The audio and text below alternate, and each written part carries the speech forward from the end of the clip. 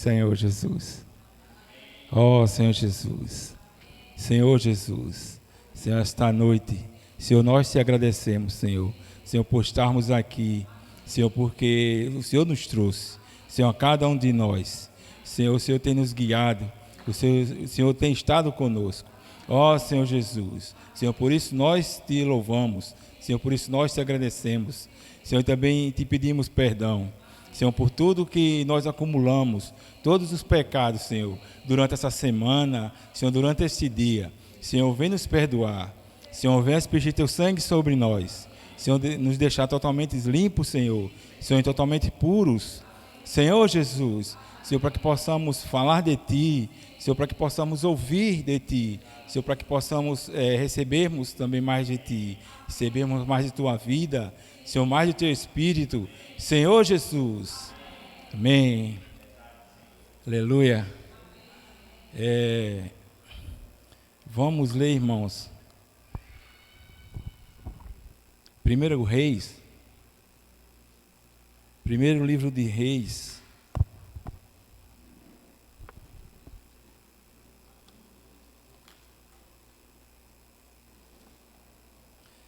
Capítulo 20. Primeiro livro de Reis. Capítulo 20. Amém?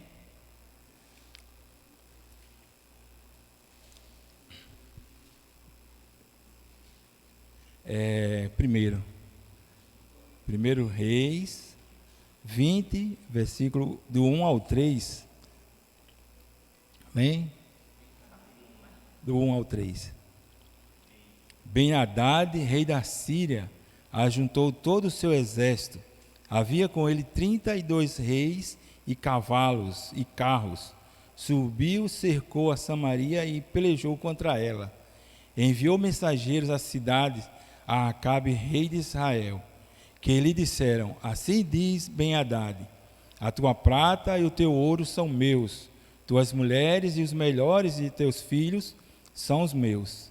Senhor Jesus, Senhor, vem abrir nossa boca, Senhor. Senhor, vem abrir nossas mentes. Senhor Jesus, Senhor, vem dar mais de tua bênção, Senhor. Senhor, mais de ti. Ó Senhor Jesus, Senhor, tu sabes que nós não somos nada. Senhor, nós somos pó e cinza. Necessitamos de ti, Senhor. Necessitamos de ti para tudo, Senhor. Senhor Jesus, desde o nosso levantar pela manhã até o nosso deitar à noite, Senhor, necessitamos de ti. Senhor, no nosso dormir, Senhor, necessitamos de ti a todo momento, Senhor Jesus. Irmãos, a gente vê aqui que Ben-Hadad, ele é um tipo assim do inimigo de Deus, né, do diabo.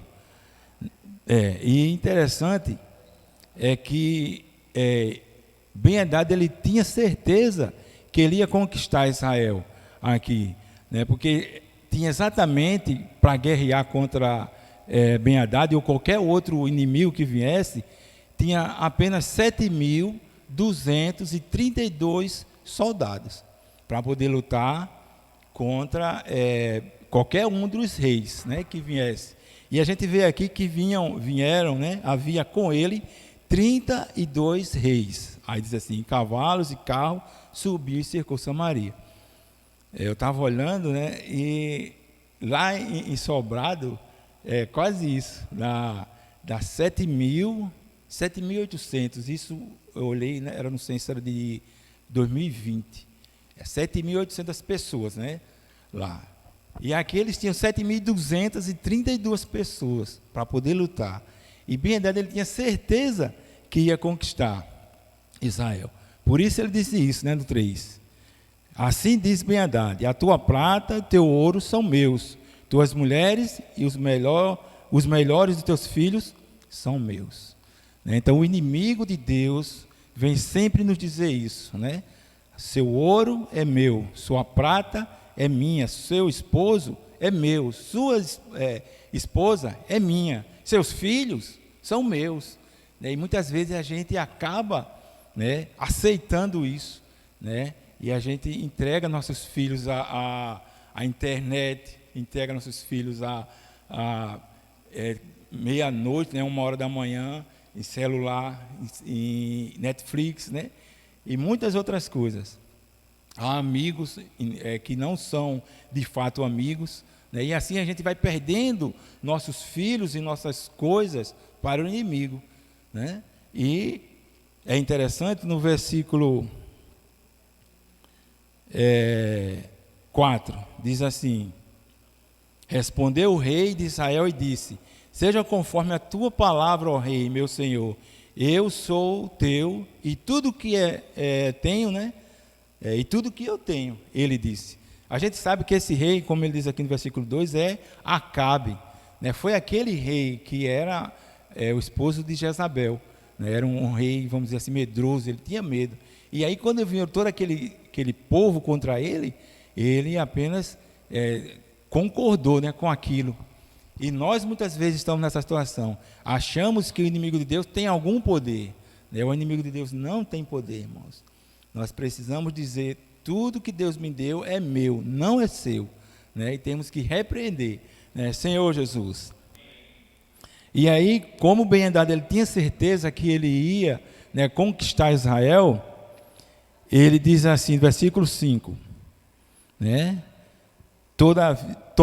Tornaram a vir os mensageiros, disseram assim, diz Ben-Hadad: enviei-te, na verdade, mensageiros que disseram: tens de agradar-me, a entregar-me a tua prata e o teu ouro, as tuas mulheres e teus filhos. Todavia, versículo 6, amanhã, a esta hora, enviar-te-ei os meus servos, que esquadriarão a tua casa e as casas dos teus oficiais, meterão as mãos em tudo que for aprazível aos seus olhos e o levarão.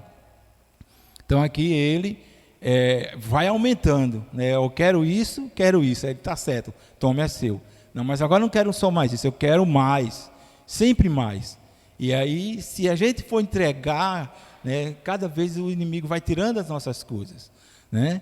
Então o que a gente tem que fazer é orar ao Senhor, buscar ajuda, né, no Senhor, buscar ajuda com os irmãos, né? Senhor Jesus, versículo 7, ele diz assim: então o rei de Israel chamou todos os anciões da terra e lhe disse: notai e vede como esse homem procura o mal, pois me mandou exigir minhas mulheres, meus filhos, minha prata e meu ouro, e não lhes liguei. Todos os anciões e todo o povo, versículo 8, lhe disseram: não lhes dê ouvido, nem os consintas. Versículo 9, pelo que disse os mensageiros de Ben-Hadad: dizei ao rei meu senhor, tudo o que primeiro demandasse do teu servo farei, porém isso agora não posso consentir. E se foram os mensageiros e deram essa resposta. Então aqui Hadad teve um pouco de coragem, né? Eu acho que tudo que ele viu lá, que Elias fez, né, no Monte Carmelo, ele agora teve um pouco de coragem de dizer assim: não, ao que você me pediu primeiro, né, que nem isso era para ele ter dado, mas ele disse: ao que você me pediu primeiro, eu vou lhe dar. Agora, isso aí, depois disso aí, eu não dou mais nada, né? E a gente vê que Ben-Hadad, ele se enfurece e agora quer, de fato, invadir Samaria. Agora no versículo 13, Senhor Jesus, o Senhor agora envia, né, um profeta para ele e diz assim: eis que um profeta se chegou a Acabe, rei de Israel, e ele disse: assim diz o Senhor, viste toda essa grande multidão? Pois hoje a entregarei nas tuas mãos, e saberás que eu sou o Senhor. Aleluia.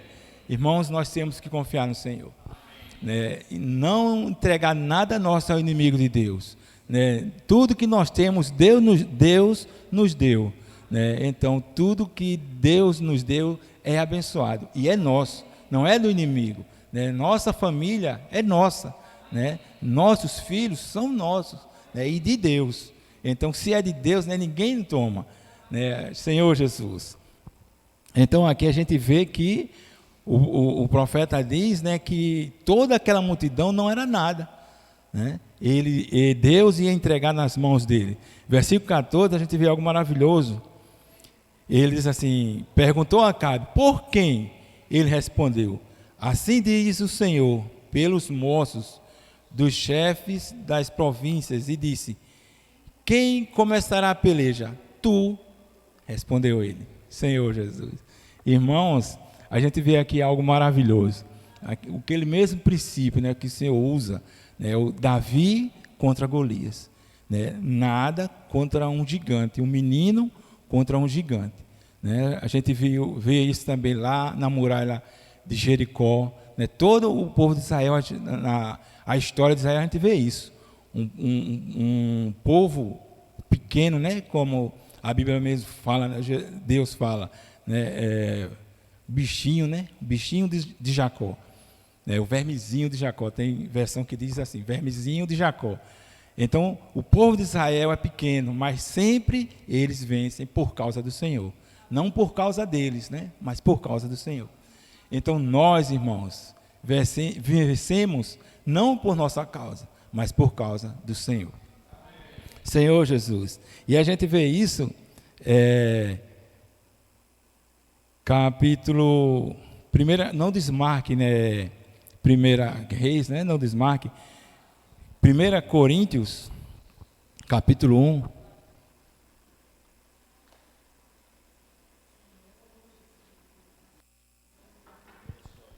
E é interessante que todas as mensagens que o Senhor nos manda falar, quando a gente vai procurar referências, as referências sempre vai para Coríntios, né? Aleluia. Coríntios, capítulo 1, 26 ao 29. Bem? Irmãos, reparai, pois, na vossa vocação, visto que não foram chamados muitos sábios segundo a carne, nem muitos poderosos, nem muitos de nobre nascimento. 27. Pelo contrário, Deus escolheu as coisas loucas do mundo para envergonhar as sábias. O Senhor está sempre fazendo isso. O Senhor está sempre chamando um menino para lutar contra gigantes, né? Sempre está usando as coisas, chamando, né, ou escolhendo as coisas loucas do mundo para envergonhar as sábias. Escolheu as coisas fracas do mundo para envergonhar as fortes. 28. E Deus escolheu as coisas humildes do mundo e as desprezadas e aquelas que não são, para reduzir a nada as que são. Versículo 29. A fim de que ninguém se vanglorie na presença de Deus. A fim de que ninguém se glorie na presença de Deus. Então, irmãos, a força está em Deus, né? Não precisa nós lutarmos, né? Apenas a gente tem que resistir, né? Lá em Efésios diz assim: resistir o diabo, né? E ele fugirá de vós. Então nós, irmãos, já vencemos. O que nós temos que fazer é resistir, né? Senhor Jesus. Então o Senhor, ele tem escolhido as coisas fracas. Para quê? A fim de que ninguém se vanglorie na presença de Deus. Senhor Jesus. E aqui quando ele fala, voltando para 1 Reis, ele diz, né, que é pelos jovens. E muitas vezes a gente acha que não é jovem, né, mas o Senhor tem nos feito jovem, né, Senhor Jesus. E essa questão, quando ele disse aqui também, né, começará ele diz, por quem? Pelos jovens. E quem começará a peleja? Tu. Então nós, irmãos, temos que começar a peleja. A nossa peleja é a nossa oração. Quando nós oramos, nós estamos lutando contra os poderes, os principados, né, que estão nos lugares celestiais. Então, essa é a nossa luta, essa é a nossa peleja, né, oração. Temos que sempre estar orando. Então, essa luta tem que começar por nós e pelos jovens. E essa questão de jovens, né, tem um senhorzinho, né, com 85 anos, Josué. A gente pode ler aqui mesmo, que é só rápido. Josué capítulo 19, 14. Josué 14, 10 e 11. Josué: eis agora o Senhor me conservou em vida, como prometeu, 45 anos há, desde que o Senhor falou estas palavras a Moisés. andando Israel ainda no deserto, e já agora sou de 85 anos. Estou forte ainda hoje, como no dia em que Moisés me enviou. Qual era a minha força naquele dia, tal ainda agora, para o combate, tanto para sair a ele, como para voltar. Senhor Jesus, irmãos, uma pessoa com 85 anos, estava com esse vigor todo de ir à guerra, né? Por quê? Por causa do Senhor. E interessante que aonde que ele ia lutar, era onde tinha os Anaquins, né, que era da família de Golias. Não era um Golias, mas era uma família, e era na montanha, e ele pediu justamente aquele lugar para poder conquistar, né? E ele disse assim: certamente Deus me entregará aquela montanha, né? Não importa quem esteja lá. Eu acho que ele pensou do mesmo jeito lá antes de entrar na terra prometida, né? Ele disse: lá é um pão para a gente se alimentar e crescer. Então lá agora não tem vários pães, né, para a gente crescer. Senhor Jesus, então com 85 anos, irmãos, então nós somos esses moços, né? Nós somos esses jovens, né? Nós somos esses fracos também, né? Que o Senhor tem nos feito forte, que o Senhor tem nos feito jovens, né? Senhor Jesus, ó Senhor Jesus, versículo 15 mostra isso, né? De 1 Reis, diz assim: então contou os moços do chefe da província, e eram 232. Depois contou o povo, todos os filhos de Israel, 7.000. Ou seja, 7.222 de 32, né, pessoas, para poder lutar contra 32 reis. Senhor Jesus, irmãos, só Deus, né? Senhor Jesus, versículo 20 e o 21. Amém? Eles feriram cada um ao homem que se lhe opunha. Os sírios fugiram, Israel os perseguiam. Porém, Ben-Hadad, rei da Síria, escapou a cavalo com alguns cavaleiros. Saiu o rei de Israel e destroçou os cavalos e os carros, e feriu os sírios com grande estrago. Está vendo? Aqui é o poder de Deus, né? Deus dá o poder ao povo de Israel, a 7.000, né? Para que ganhe dessa multidão, né? Como ele diz, que eles estavam com medo. Mas aí o Senhor fez com que ele viesse a ter vitória. Então essa, irmãos, é a nossa vitória. É Deus em nós. Deus que nos dado a vitória, né? A todo momento. Né, e precisamos perceber que Ele tem cuidado de nós. Senhor Jesus, depois dessa vitória, no versículo 22, o profeta vem agora mostrar ao povo de Israel, né, que eles têm agora que se preparar. Diz assim, versículo 22: então o profeta se chegou ao rei de Israel e lhe disse: vai ser forte, considera e vê o que há de fazer, porque daqui a um ano subirá o rei da Síria contra ti. Olha, você venceu, você ganhou, Deus fez com que vencesse. Então vai e considera, né? Tipo assim, olha, veja que não foi com as suas forças. Veja a quantidade de pessoas que tinha a seu favor, e veja a quantidade que tinha contra você. Vá e considere, né? Então, irmãos, nós temos que considerar a todo momento que Deus tem cuidado de nós. Senhor Jesus. Senhor Jesus.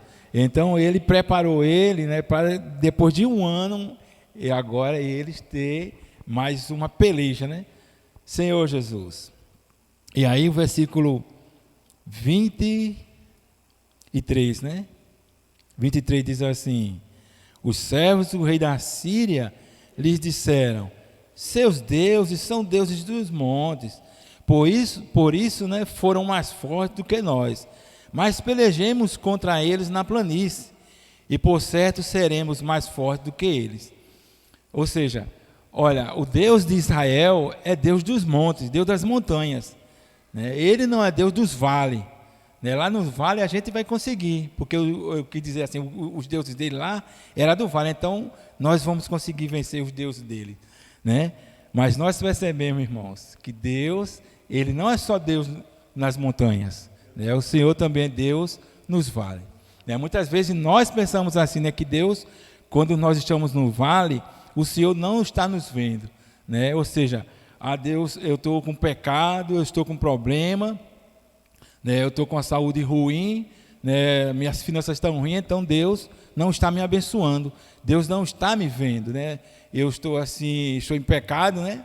E aí Deus não me vê. É como se Deus dissesse assim: não, você está sujo, eu vou esperar você melhorar, você se limpar para depois eu poder lhe ajudar. De maneira alguma. Né? Deus, ele está a todo momento conosco. Né? Ele pode até não estar se agradando do que nós estamos fazendo, mas Deus está conosco. Né? Deus tem nos livrado, né? Onde quer que nós estejamos. Né? Senhor Jesus, né? Porque Deus, ele nos ama a todo momento. Né? Não importa. Né? E quando a gente está em dificuldade também, nessa questão financeira e saúde, a gente acha que Deus não está agindo. Né? Mas Deus está agindo a todo momento. Né? Senhor Jesus. E a gente vê isso quando a gente lê lá no Salmo, né, 23, né? Que diz... Senhor Jesus, ainda que eu ande, né, pelo vale da sombra da morte, né, o Senhor está comigo, né? Senhor Jesus. Então, ainda que eu ande pelo vale da sombra da morte, né, o Senhor está sempre conosco, né? Senhor Jesus. Ó Senhor Jesus. Então, o Senhor também é Deus dos vales, né? Senhor Jesus. Versículo 28, ele diz assim: chegou um homem de Deus, né, e falou ao rei de Israel e disse: assim diz o Senhor, porquanto os sírios disseram, o Senhor é Deus dos montes e não dos vales, toda essa grande multidão entregarei nas tuas mãos, assim sabereis que eu sou o Senhor. Senhor Jesus. Então, irmãos, Deus, ele é Deus dos vales. Oséias, capítulo 2,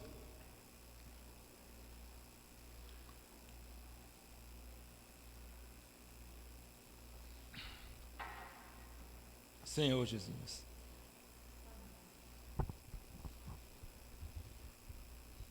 Deus não ama apenas aqueles que são certinhos, né? Deus ama a todos. Deus veio justamente para os que estão doentes. Deus não veio para aqueles que se acham curados, ou acham são, né? Ele veio para os que estão doentes. Oséias 2, versículo 15. O 14 e o 15, 14, Eliel. Portanto, eis que eu a atrairei e a levarei para o deserto e lhe falarei ao coração. E lhe darei dali as suas vinhas e o vale de Acor por porta de esperança. Será ela obsequiosa como nos dias de sua mocidade e como no dia em que subiu da terra do Egito. E lhe darei dali as suas vinhas e o vale de Acor por porta da esperança. Irmãos, no vale, o Senhor tem nos dado uma porta. O Senhor tem aberto uma porta. E essa porta não é uma porta comum, é uma porta de esperança. O Senhor, ele tem nos guardado a todo momento. Mesmo o inimigo chegando e dizendo que aquilo que o Senhor tem nos dado é dele. E às vezes a gente ouve aquilo, e acha que aquilo é verdade. O Senhor, a sua saúde é minha, você está doente, você tem problemas, você tem problema no casamento, mas nós temos uma porta de esperança. E temos que passar por essa porta e perceber que o Senhor está do outro lado, Senhor Jesus. Lá no Evangelho diz que o Senhor é a porta. E aí diz assim: entrarei por ele, e sairá. E ali achará pastagem. Senhor Jesus. Então o Senhor, irmãos, tem nos guardado a todo momento, a todo instante. Senhor Jesus. Senhor Jesus. Versículo 29. 7 dias de primeiro Reis. 7 dias estiveram acampados uns defronte dos outros. O 7º dia travou-se a batalha, e os filhos de Israel, num só dia, feriram dos sírios 100.000 homens de pé. Aleluia. Irmãos, isso aqui é o poder de Deus. Isso é o que Deus tem feito por nós. Diz assim que 1.000 cairão a teu lado, 10.000 à tua direita, 1.000 à tua esquerda, mas o Senhor tem cuidado de nós. E diz aqui que eles feriram num só dia 100.000 homens. Deus tem cuidado de nós, irmãos. Não importa quantas venham contra nós, mas o Senhor tem nos guardado, tem cuidado de nós. O Senhor é Deus, não só das montanhas, não só quando a gente está desfrutando, não só quando a gente está, vamos dizer assim, no bom, numa situação melhor. O Senhor não é apenas Deus na montanha, o Senhor também é Deus dos vales. O Senhor também cuida de nós quando nós estamos passando por dificuldade. O Senhor também cuida de nós quando nós estamos em pecado. O Senhor tem cuidado para que a gente possa voltar. Uma vez, o Senhor nos trouxe quando nós ainda éramos inimigos dele. Então o Senhor ele não vai nos abandonar porque nós estamos em pecado. Por quê? Porque o Senhor ele tem nos guardado, ele nos ama. A gente vê isso na parábola da ovelha. A ovelha, ela se desgarrou, mas aí quando ela estava desgarrada, distante, diz que a Bíblia diz que ele deixou as 99 e foi em busca daquela que tinha se perdido. E quando ele chegou lá, a Bíblia não diz em momento algum que ele a repreendeu, que ele bateu nela, que ele esbravejou. A Bíblia diz que ele a pegou, colocou nos ombros e a trouxe. E quando ele chega lá junto dos outros, diz assim, ele faz uma festa e diz assim, celebrai comigo, porque há mais júbilo no céu, quando um se arrepende do que 99 que não precisa de arrependimento. Então Deus ele ama tanto aqueles 99 como ficou, que estavam, vamos dizer, na montanha, como aquela única que saiu, que se desviou, que estava distante. Então o Senhor ama a todos, a todo momento e em todo lugar. Senhor Jesus. Aleluia. Amém, irmãos.